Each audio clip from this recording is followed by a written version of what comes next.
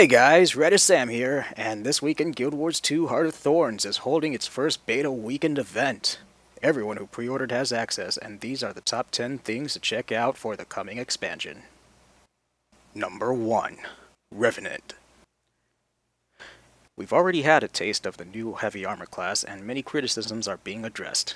Revenant will now have access to 2 weapons to mix and match with their core legends, DPS has been raised for all core legends, and Shiro Tagachi has been added to the roster of legends the Revenant can choose from. Number 2. Specializations. Effectively secondary classes, Specializations are ArenaNet's alternative to raising the level cap. Instead of raising the level cap, ANET has opted to branch all classes out with new weapons and abilities, keeping all old core classes just as valid, but bringing new gameplay options to work towards.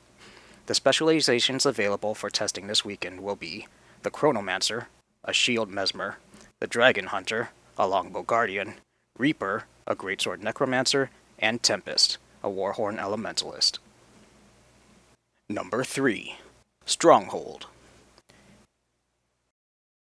Inspired by MOBAs, Stronghold is a new PvP mode emphasizing supporting and pushing mobs through enemy gates to kill the enemy lord. Along the way, you collect supply to summon more mobs, kill enemy players to halt their movements, and summon champions to support your efforts. All players will have access to the game mode, but players who pre-order will have access to all champions revealed so far. Number 4. Masteries.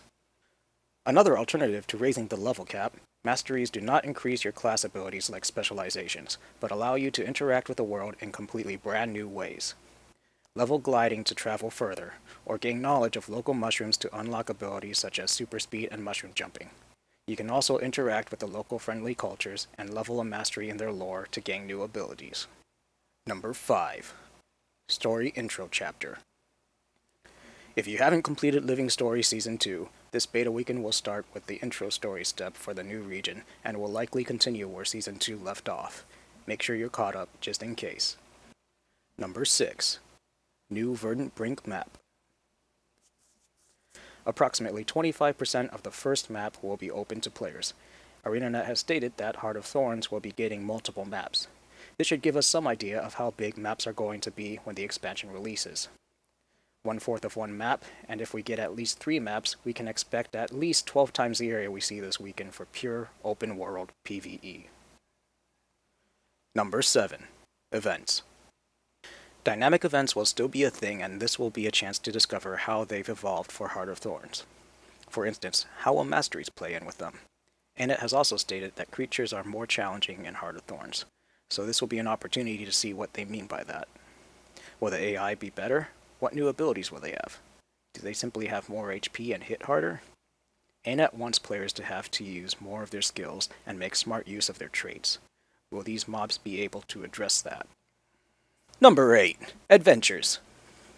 In answer to non-replayable content such as Renown Hearts and skill challenges, adventures open up an instance to individual players once unlocked. In each instance will be a minigame that is supposed to be easy to get into, but difficult to master. For each, there will be a leaderboard listing the highest scoring players for bragging rights. Outposts will mark active areas with events that, once completed, will unlock these adventure minigames. Number 9. Nighttime meta events. Night is supposed to drastically change events and gameplay as creatures of the night emerge and put players on the defensive. This will be a chance to experience how different night actually becomes, and will players be engaged enough to continue doing nighttime events even after the initial hype has died. And finally, 10. Map Bonus Reward System. This system is supposed to keep the rest of core Guild Wars 2 relevant. Explorable maps aside from starter maps will award bonus rewards for doing specified tasks and award specific crafting materials that change on a rotation. This is meant to allow for targeted material gathering, particularly useful for the new precursor crafting mastery that will launch with Heart of Thorns. Beta characters will get to explore core Guild Wars 2 to test out this new system. And that's all for now. Thanks for watching.